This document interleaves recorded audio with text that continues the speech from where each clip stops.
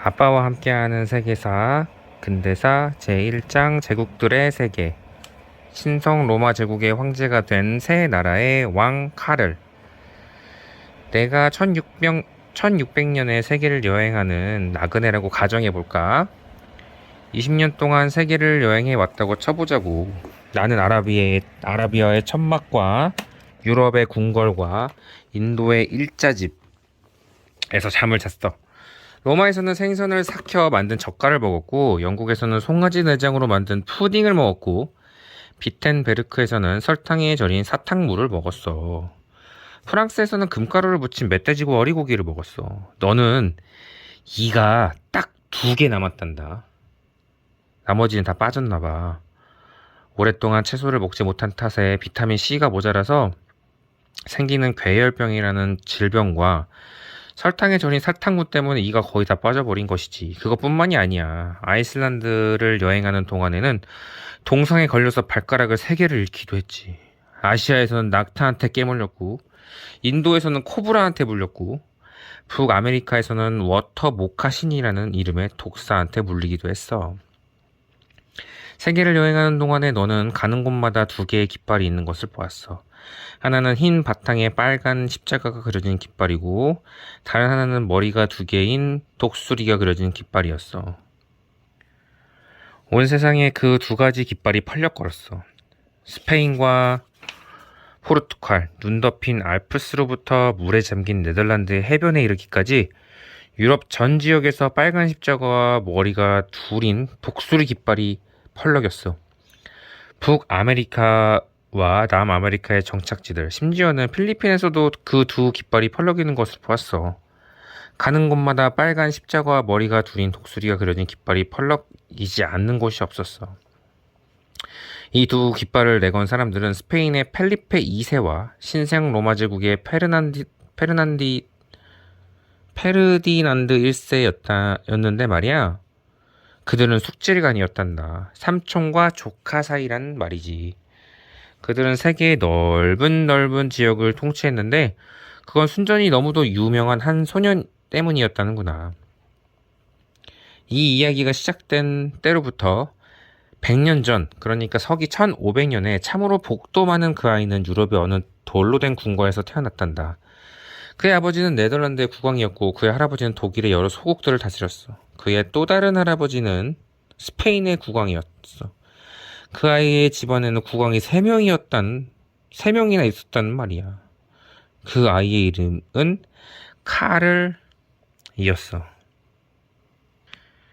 카를은 6살 때 아버지가 죽었어. 그래서 카를은 네덜란드의 국왕이 되었지. 16살 때는 스페인의 할아버지가 죽으면서 스페인의 왕자를 그에게 물려주었어. 19살 때는 독일의 할아버지가 죽고 그가 독일의 국왕이 되었어. 아직 10대의 나이에 카르는 왕자를 3개나 가진 국왕이 되었던 것이야. 그런데 카르는 더 많은 걸 원했단다. 그는 신성 로마 제국의 황제라는 이름마저 가지고 싶었어. 카르이 태어나기 전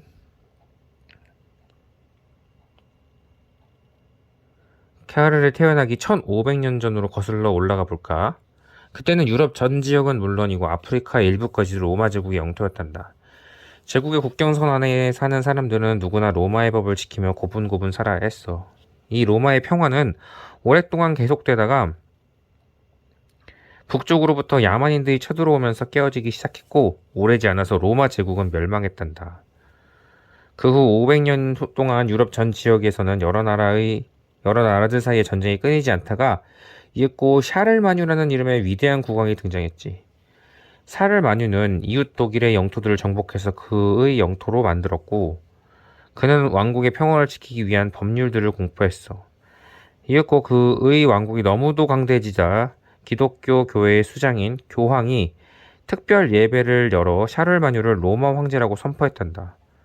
로마 제국은 벌써 여러 세기 전에 멸망했잖아. 그런데 이게 도대체 무슨 뜻이지? 무슨 뜻이냐면 고대 시대와 로마 제국이 그랬던 것처럼 고대 시대의 로마 제국이 그랬던 것처럼 샤를마뉴의 새로운 왕국이 유럽의 넓은 지역을 평화롭게 다스려 줄 것이며 또 샤를마뉴는 기독교 도이기 때문에 그의 새로운 로마 제국이 기독교를 전 세계에 퍼뜨리는데 큰 도움이 될 거라고 기대한다는 뜻이었단다. 샤를마뉴가 신성한 로마 황제로 알려지게 된 이유가 바로 이것이야. 카를도 자기도 신성 로마 황제라는 이름으로 세상에 알려지고 싶었던 거야. 그러기 위해서는 먼저 교황이 특별 예배를 열어서 그를 신성 로마 황제라고 선포하도록 설득해야 했어. 그런데 교황은 카를에게 그런 칭호를 과연 그 칭호에 따른 권력을 주어도 되는 것인지 알 수가 없었단다. 카를은 이미 유럽의 대부분 다스리고 있었어. 그런 카를이 더욱 강해진다면 교황의 권력은 어떻게 될까? 그런 불안을 가진 사람은 비단 교황뿐만이 아니었단다. 프랑스 국왕은 카를이 프랑스에 쳐들어올지도 모른다는 불안에 떨고 있었어. 이탈리아를 다스리는 군주들도 언제 카를에게 왕제를 빼앗길지 몰라 벌벌 떨고 있었어. 그래서 교황과 프랑스의 국왕과 이탈리아 군주들이 한데 뭉쳐서 카를과 그의 군대와 맞설 싸울 준비를 갖추었단다. 그런데 카를은 기가 죽지 않았어. 교황을 설득해서 그를 황제로 인정하게 할 수 없다면 기어이 무력을 쓸 기세였지. 무력은 군대의 힘이에요. 그의 전략은 간단하고도 충격적인 것이었단다. 여러 해 동안 카를은 그의 영토 안에 사는 프로테스탄트 신자들을 억압해 왔어. 우리가 2권에서 종교개혁에서 배웠는데 기독교 교회가 카톨릭과 프로테스탄트로 나누게 되었다고 얘기했지? 프로테스탄트 신자들은 카톨릭 교회는 부패했으며 교황은 모든 기독교들에게 어떤 방법으로 신을 숭배하고 어떤 태도로 살아가야 하는지를 말할 권리가 없다고 믿었지. 카를은 프로테스탄트 신자들을 감옥에 가두거나 그들의 땅에서 쫓아내는 등의 박해를 가했어. 그러나 카를은 만약 그가 교황과 싸운다면 프로테스탄트 신자들이 성을 내며 나서주리라는 것을 잘 알고 있었어. 그래서 그는 독일의 프로테스탄트 군대를 고용해서 그의 군대와 함께 로마에 쳐들어가게 했어. 저먼 퓨리라고 불리는 이 성난 군대가 진격해서 로마를 포위했지. 교황의 군대는 수가 훨씬 적었단다. 그들은 성벽 위에서 녹슬고 망가진 대포 몇 대를 쏘았지만 침략군은 성문들을 부수고 도시 안으로 쏟아져 들어갔지. 교황과 그의 군대는 도시 안에 요새에 들어가 숨었어. 8달 동안 교황은 이 요새 안에 감옥에 갇혀서 지냈어. 한편 점원 퓨리 군대는 로마 시내를 휩쓸고 다니며 불을 지르고 살인과 노략질을 했단다. 한편 카를은 스페인 앉아서 로마 공격에 대해서 아무것도 모르는 척하고 있었어. 그는 교황에게 전가를 보내서 점원 퓨리 군대가 자기의 허락도 없이 행곡했던 것이라고 주장했단다. 카를은 이렇게 외쳤대요. 난 지금 몹시 화가 났소이다. 어떻게 이런 일이 있을 수 있단 말이오. 근데 교황이 그 말을 믿었을까? 그건 우리로서는 알 수가 없어. 그러나 교황이 특별 예배를 열어서 카를을 신성 로마 황제라고 선포하겠다고 동의했다는 것은 잘 알고 있단다. 그 대가로 카를은 교황이 점원 퓨리 군대를 물리치도록 도와주었어. 이에 카를은 자신을 로마인들의 국왕이며 스페인과 시실리아와 예루살렘과 대서양 저편의 수많은 섬들과 땅의 국왕이며 오스트리아의 대공, 부르고뉴와 아테네의 공작, 아시아와 아프리카의 군주라고 부를 수 있게 되었어. 그러나 이 황홀한 칭호들에도 불구하고 카를은 너무도 많은 문제들을 안고 있었단다. 그는 왕위에 오른 이후 오랜 세월을 전쟁에 바쳤는데 전쟁에는 돈이 들게 되어 있단 말이야. 그는 날이 갈수록 가난해졌지. 그의 왕국들 안에는 카톨릭 신자들과 프로테스탄트 신자들이 끊임없이 서로 싸우고 있었어. 게다가 프로테스탄트 신자인 백성들은 더 이상 카를의 명령에 복종하지 않았단다. 교황이 그에게 신성 로마 황제라고 칭호를 허락한 지 24년 후에 카를은 드디어 자기의 힘으로는 제국을 다스릴 수 없다고 판단했어. 검은 옷을 입고 가장 아끼는 신하의 부축으로 왕좌에서 일어난 카를은 신하들에게 이렇게 말했어. 나는 지금까지 내 나라와 나의 신념을 지키려고 최선을 다해 왔소이다. 그러나 이제는 병들고 약해서 더 이상 싸울 수가 없소. 나는 이제 이 왕좌에서 물러나야겠소. 나는 스페인과 네덜란드와 이탈리아의 영토를 내 아들 펠리페에게 물려주겠소. 다시 천천히 왕좌에 앉는 카를을 바라보며 신하들이 통곡을 했어. 2년 후에 카를 5세는 제국의 나머지 영토를 그의 동생 페르디난드에게 주었고, 페르디난드가 형의 뒤를 이어서 신성 로마 황제가 되었지. 카를은 어느 수도원에 들어가서 기도와 독서로 세월을 보내다가 2년이 채 못 되어서 죽었단다. 세상에서 제일 큰 복을 타고났던 그 어린 소녀는 마침내 그의 왕국들을 다 잃어버렸어. 그리고 이제는 그의 동생 페르디난드와 아들 펠리페가 유럽 대륙의 가장 부유한 왕국들을 다스리게 되었어. 그리고 그들의 행동이 세계를 바꾸게 됐단다. 스페인을 부유하게 만든 남아메리카의 금. 어린 소년이 어두운 동굴 속에 서 있어. 묵직한 자루가 그 두 다리에 기대어져 있고 발 밑에 미끈미끈하고 축축한 진흙이 덮인 험한 돌바닥이 있었어. 얼굴에서는 땀이 줄줄 흘러내리고 저만치 앞에는 어둠 속에서 희미하게 횃불이 이글거리고 바위를 쪼개는 쇠망치 소리들이 텅텅 울리고 있어. 이윽고 뒤를 돌아선 소년의 앞에는 위를 향해서 가파르게 경사진 좁은 터널이 있어. 까마득히 멀리 햇빛이 뿌옇게 비치는 곳이 터널의 입구야.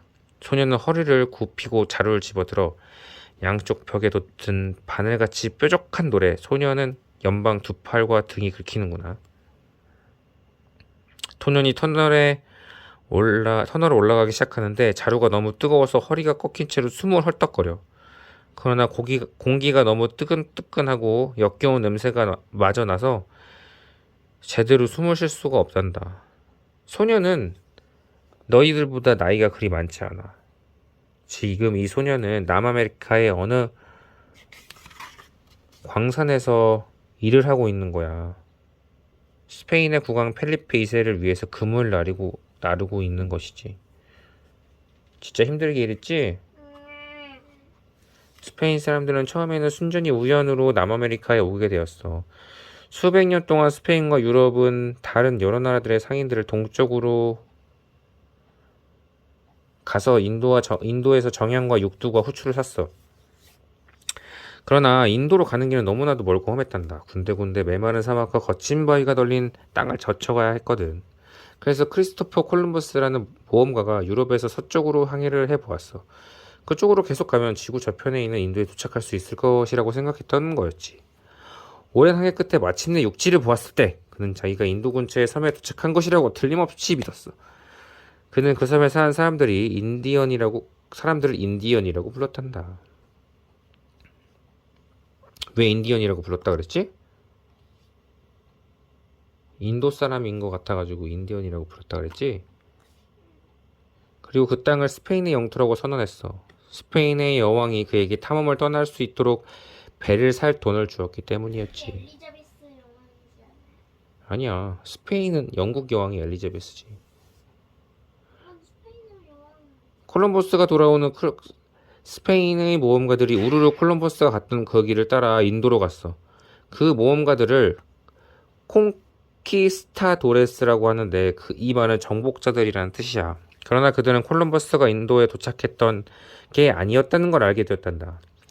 콜럼버스는 이제껏 유럽에서는 아무도 알지 못했던 전혀 새로운 땅을 발견했던 거야. 그리고 그 새로운 땅에는 향료보다도 훨씬 더 사람을 흥분시키는 무언가가 있었어. 남아메리카의 원주민들은 누구나 금으로 만든 장신구를 가지고 있었어. 그들은 정복자들에게 금과 은으로 만든 장식품들을 내주었지. 그리고 엘도라도라는 이름으로 불리는 왕에 관한 이야기를 들려주었단다. 그 왕은 날마다 금가루 속에서 뒹굴며 지낸다는 것이었어. 그 이야기를 들은 스페인의 펠리페 2세는 남아메리카의 그 흔해 빠진 금을 스페인으로 가지고 와야겠다고 결심했어. 그래서 그는 스페인들의 정복자들과 앵코미엔다라고 하는 특별 계약을 맺었단다. 정복자들은 누구나 남아메리카로 가서 그곳의 금을 닥치는 대로 가지고 와도 좋다고 허락한 것이었지. 그러나 남아메리카가 금으로만 가득 찬 텅 빈 땅일 리가 없었지. 아스테크인, 마야인, 잉카인이라는 이름의 여러 부족들이 이미 그곳에 살고 있었던 거야. 그러나 펠리피스는 남아메리카를 스페인의 영토라고 우겼는데 말이야. 그곳에 사는 부족들이 기독교가 아니라는 게 그 이유였어. 그는 신은 이 세상의 모든 땅을 교황에게 주셨다. 그리고 교황은 이 새로운 땅을 스페인 국왕에게 주셨다라고 선언했단다. 스페인 사람들이 모두가 다 남아메리카의 금을 스페인으로 가지는 게 신의 뜻이라고 생각했던 것은 아니었어. 많은 기독교 목사들이 펠리페 국왕의 엔코미엔다를 반대하는 설교를 했어. 그러나 정복자들은 목사들의 말을 무시했어. 그들은 처음에는 원주민 부족들에게 금으로 만든 장신구를 빼앗았단다. 그러다가 이내 차가운 물이 흐르는 겨울의 모래 속에 금가루가 섞여 있다는 것을 알게 되었지. 그래서 그들은 개울에서 채로 금을 걸어내기 시작했단다. 그들은 새로 만든 채를 가지고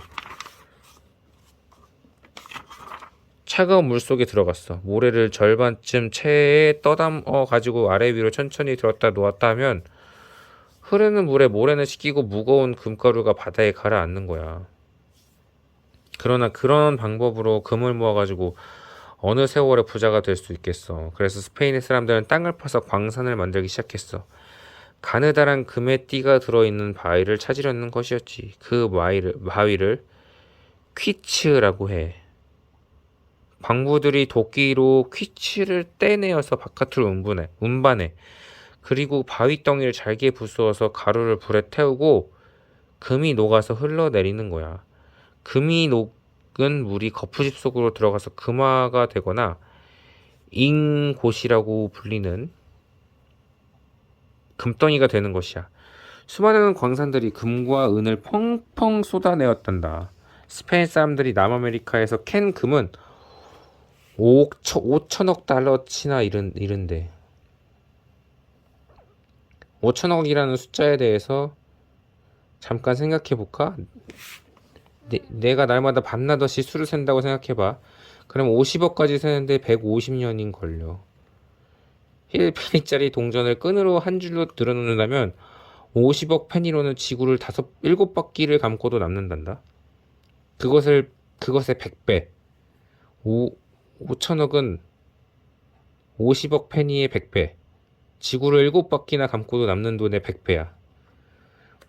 그럼 5천억까지 세는데 1만 5천 년이 걸린대. 밤낮을 가리지 않고 잠시도 쉬지 않고 세워야 하는데 1만 5천 년이 걸린대.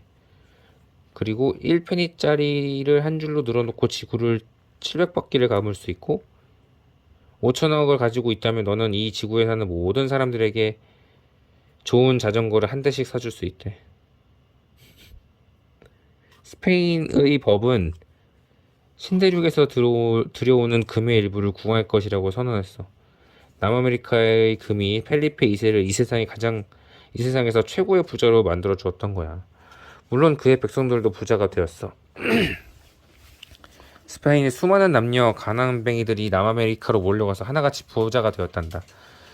남아메리카에 정착한 어느 스페인 사람은 고향으로 보낸 편지에 이렇게 썼어.